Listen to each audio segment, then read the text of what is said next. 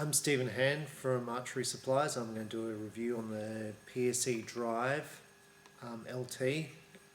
This is one of PSE's top selling bows of 2014, 2013. What makes this bow so popular, the Drive, is its price point. At $550, this bow is the lowest priced bow which shoots 335 feet per second. So there are cheaper bows, but all the cheaper bows shoot slower. The Drive, the really big selling point of the Drive is the cams. On the bottom cam, it's got a rotating module which allows you draw length adjustment between 25 and 31 inches in draw length, which means from someone who is about 5'4" to someone who's 6'3", this bow will be suitable. It allows you 12 full turns of adjustment on the limbs, which is about 20 pounds worth of adjustment. The draw is very smooth.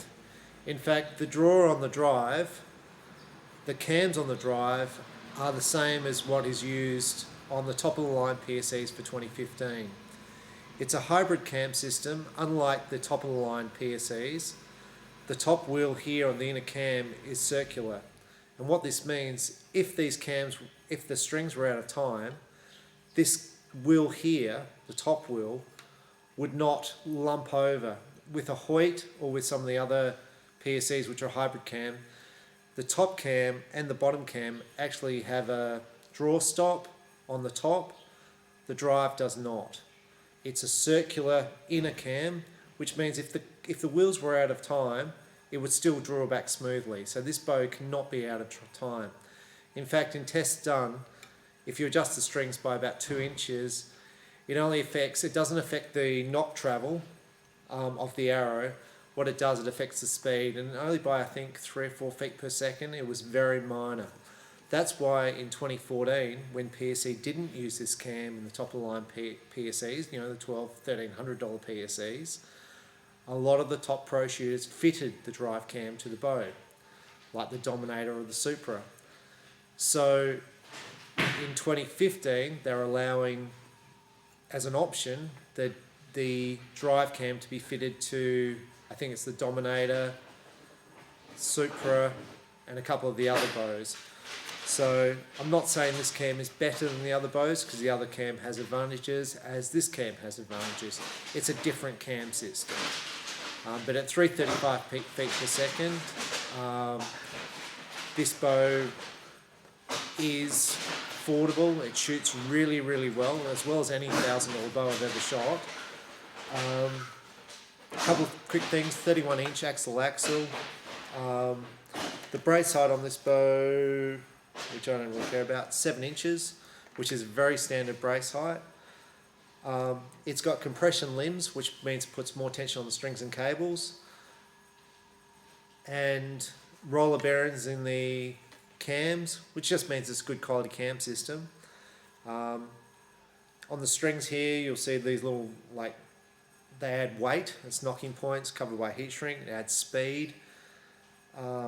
A string suppressor here, so when the string hits it, it stops the vibration. This is a good quality bow.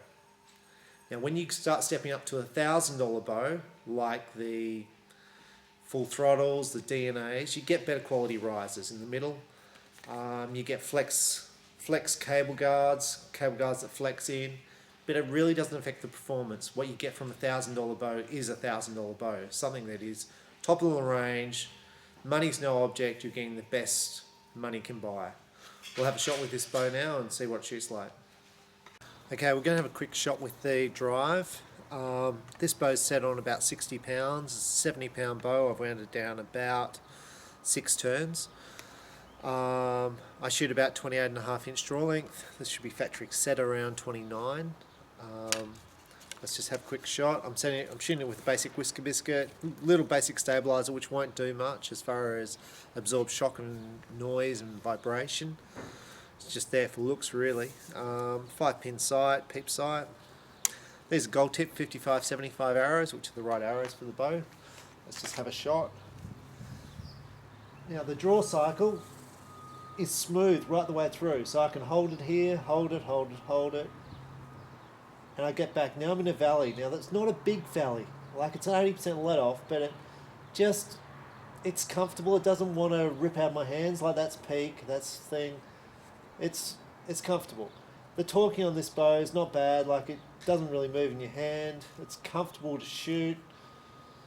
I'll just have a shot. There is no vibration in this riser whatsoever when you shoot the bow. Like the Stinger which I shot, you felt a little bit of vibration in the hand when you shoot it and it kind of moved forward a bit. This bow is just dead. There's nothing. There's no noise. The noise you heard was the arrow hitting the target and actually hit the other arrow which I shot into the target before, which was a bit of the carbon on carbon hitting. But it's just a superb bow to shoot. The only negative on this bow that I could really find would be the mass weight. The Stinger's 3.5. This bow is, I think it's about 4 pounds, 4.1. Now it's not a heavy bow by any stretch of the imagination. It's just not in the ultralight category.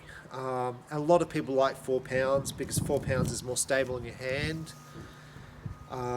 It takes all the standard PSE setup, so you can have a 2-piece quiver, all the standard accessories that you want on a PSE you can fit to this bow.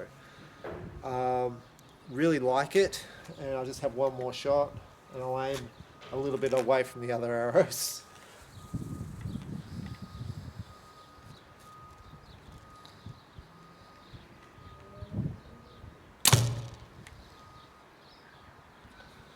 And I didn't aim that.